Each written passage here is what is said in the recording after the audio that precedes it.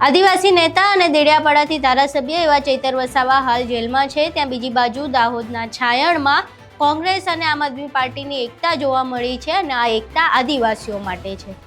હકીકતમાં દાહોદમાં જે જીઆઈડીસી આવવાની છે એ જીઆઈડીસીની વિરુદ્ધમાં આદિવાસી સમાજના જે લોકો છે તેઓ એક થયા હતા અને ત્યાં સ્થાનિક જે નેતાઓ છે આમ આદમી પાર્ટીના અને કોંગ્રેસના તે પણ એક જોવા મળ્યા હતા અને આખી ઘટનામાં આજે છાયણમાં લડી લેવાનો આદિવાસીનો મિજાજ જોવા મળ્યો હતો। આખી ઘટના શું છે તેના વિશે વિગતે ચર્ચા કરવી છે। નમસ્કાર, તમે જોઈ રહ્યા છો ચક્રવાત ન્યૂઝ, હું આપની સાથે હેમંત।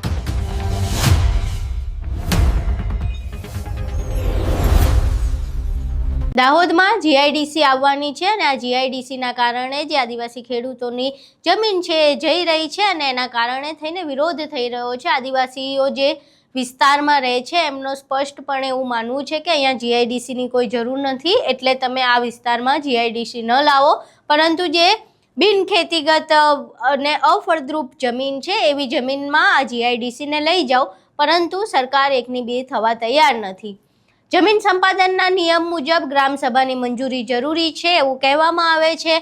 ગ્રામસભાનો ઠરાવ આ જીઆઈડીસીની વિરુદ્ધમાં છે, તેમ છતાંય જીઆઈડીસી માટે સર્વે કરવામાં આવ્યો અને ત્યારથી આ હોબાળો શરૂ છે। હવે જે હોબાળો શરૂ છે એમાં આજે છાયણ ખાતે તમામ આદિવાસીઓ એક થયા હતા અને આ મુદ્દે વાતચીત કરી હતી, વિરોધ કર્યો હતો। હવે આ જે વિરોધના દ્રશ્યો છે એ સામે આવ્યા છે અને આખી વાતચીતમાં શું નક્કી થયું છે એ પણ સામે આવ્યું છે।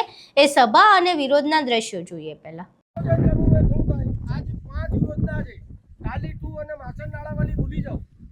આપણે જગુભાઈ તમારી તાલુકામાં આવે વેલપુરાથી લઈને મોટી કંકાસો સુધી 14 ગામો આવે। આ કોરિડોરના 14 ગામો, એરપોર્ટના 11 ગામો અને 570 હેક્ટરમાં જેટલા એના બધાનું ગામે ગામે એક મિટિંગ કરવી પડે। આપણે ઉતાવળ નથી કરવી। આ જીઆઈડીસી મંજૂર નથી થયું એ વસ્તુ અમે જોઈશું।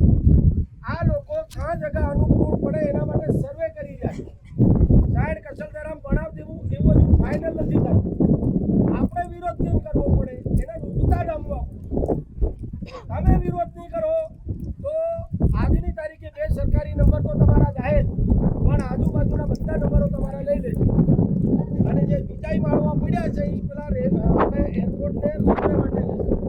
આ હાઈવે છે તે શારી એકદમ ઉતરે એટલે સમજવાની વાત છે। તમારી તૈયારી હોય આજે મીટિંગમાં આવી ગયા ને આપણે કર દેવું નથી જો એ વાત નહીં, આના માટે ખાવા પીધા વગર પણ દોડવું પડશે। તો જ લડાઈ લડાય।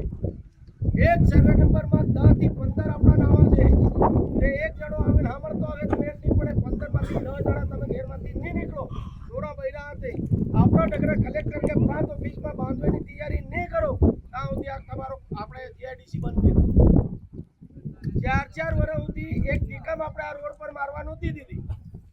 Delhi Bombay corridor highway number 2021-22ની તાલુકા જિલ્લાની ચૂંટણી આવી, એક ભાઈ આપમાં લડ્યો, બીજો બાપમાં લડ્યો, બીજો કોંગ્રેસમાં, બીજો બીજેપી, બીજો ભાજપ।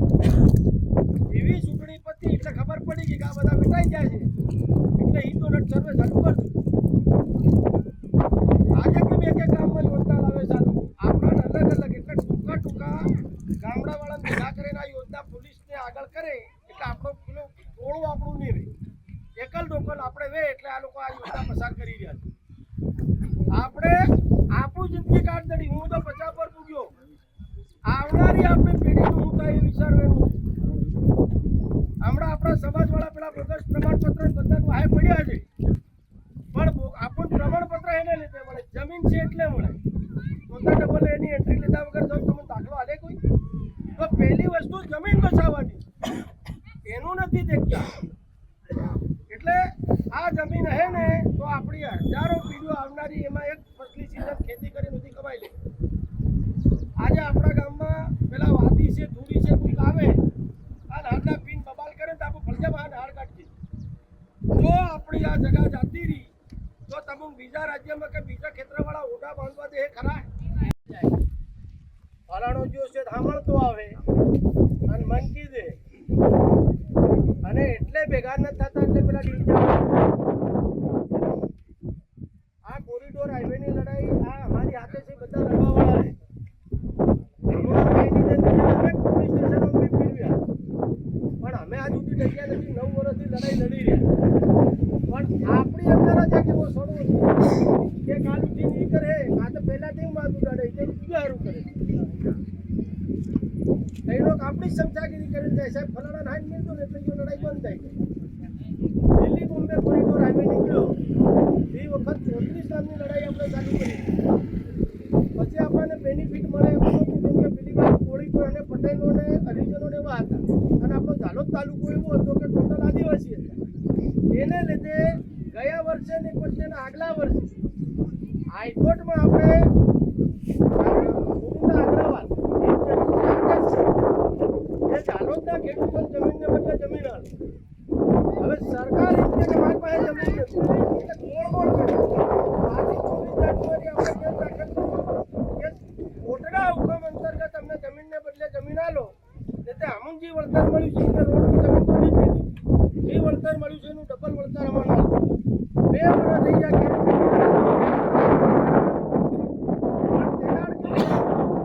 આ દિલ્હી બોમ્બે કોરિડોર હાઈવે આપણે ઝાલોદની જ વાત કરીએ, સૌદામાં અહીં સાઈન હતું પણ પેલા કસલદરાવાળા છે, તિતરજાવાળા છે, ભાટીવાળા, ખરોદા, ચોસાલાવાળા નથી આપણે, એટલે અડધા ગીરી વર્તાવે તો તાજું થયું એમ પી ગયું, અને અડધા કહેવાય જુસાણવાળાનું એ દાડ આપણે સુખ થાય બેટા મારે નહીં આવ્યા એટલે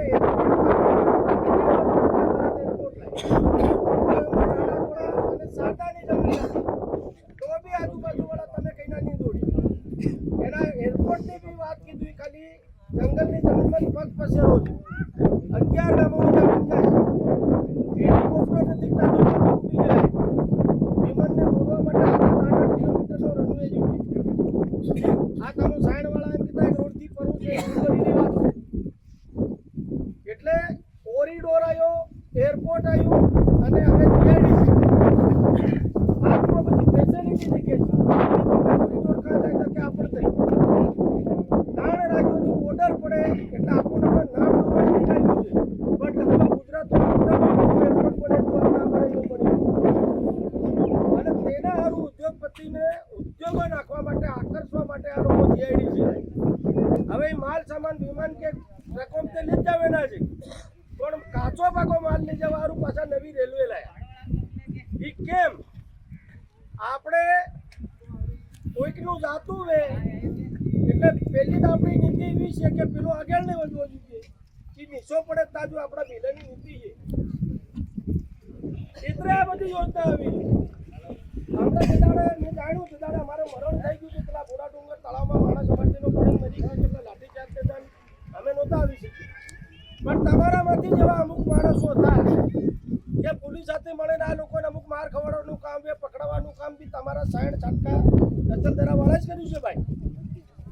આ વાત ખોટી વાત મને કહો, સાચી વાત છે, સાચી વાત. એક ગામમાં એકતા નહીં હોય તો આપણને કીધે કે દિલમાં એકતા લાગી, એકતા હવે ખરી.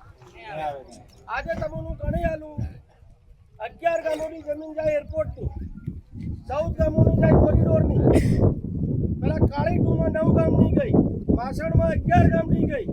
આ જીઆઈડીસીમાં હમણાં ચાલો તમે ગણવા તો 2 ગ્રામ પંચાયત છે. તમે હું સમજો 60 હેક્ટરમાં થવાની જીઆઈડીસીમાં સમજો છો 570 હેક્ટર જમીન તમારી લેવાના છે.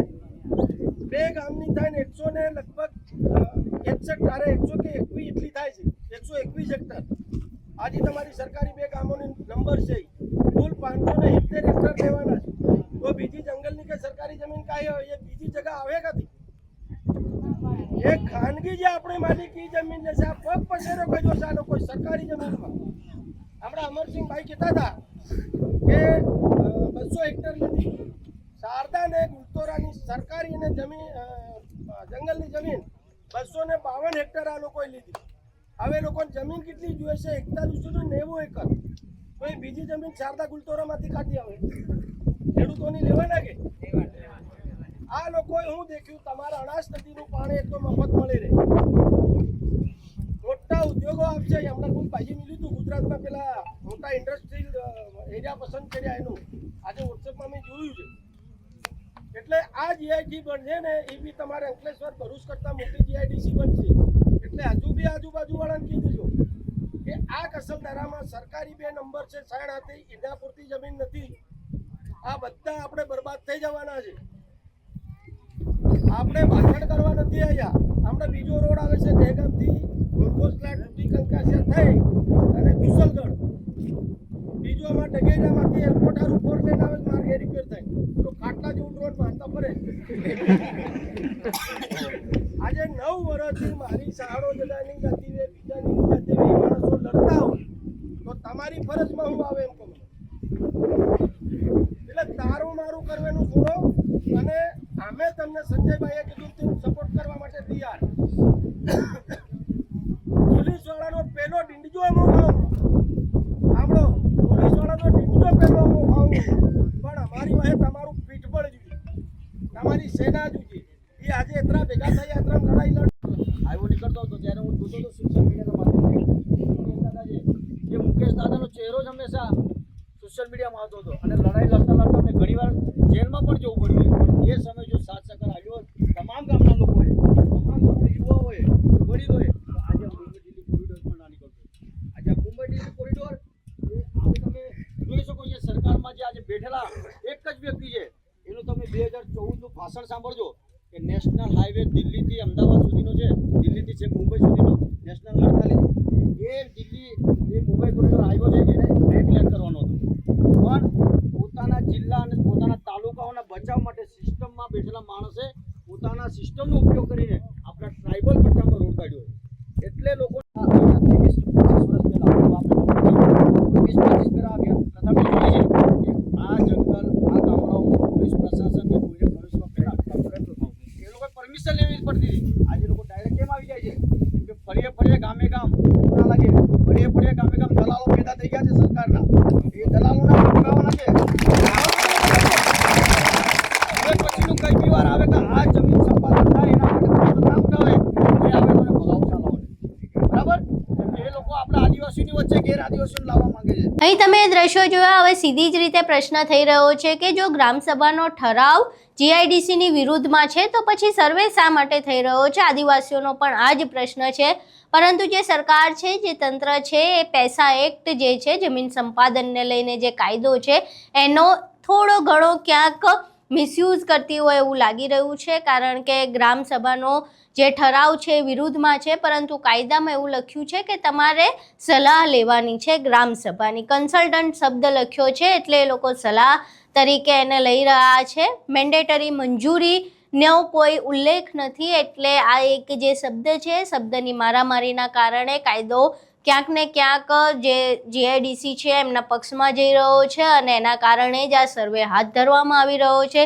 બીજી બાજુ જે આદિવાસીઓ છે એ સ્પષ્ટપણે હજુ એકના બે થવા તૈયાર નથી. એમનું સ્પષ્ટપણે એવું કહેવું છે કે અહીંયા જીઆઈડીસી નહીં જ ચાલે. ગ્રામસભાનો ઠરાવ પણ એની વિરુદ્ધમાં છે અને ગ્રામસભા પણ એવું જ કહી રહી છે કે અમારે અહીંયા જીઆઈડીસી નથી જોઈતી. હવે આ સમગ્ર મામલે આમ આદમી પાર્ટીના અને કોંગ્રેસના જે સ્થાનિક કાર્યકર્તાઓ છે, જે સ્થાનિક નેતાઓ છે, જે આદિવાસી નેતાઓ છે, તેઓ આ આખી ઘટનાને લઈને એક થયા હતા. આજે વિરોધ પ્રદર્શન કરવામાં આવ્યું હતું, જે સભાનું આયોજન કરવામાં આવ્યું હતું તેમાં એક થયા હતા. હવે આ આખી ઘટનામાં આદિવાસીઓ તો એક છે પરંતુ શું સરકાર સામે તેમનું ચાલે છે કે કેમ તે જોવું રહ્યું. શું દાહોદમાં જીઆઈડીસી આવે છે કે પછી આદિવાસીઓની એકતા જીતે છે? તેના વિશે તમારું શું માનવું છે? તમારા મંતવ્યો અમને કોમેન્ટ બોક્સમાં જરૂર જણાવજો. વિડીયો પસંદ આવ્યો હોય તો વિડીયોને લાઇક કરજો, શેર કરજો અને અમારી ચેનલને સબસ્ક્રાઈબ કરવાનું ભૂલશો નહીં. નમસ્કાર.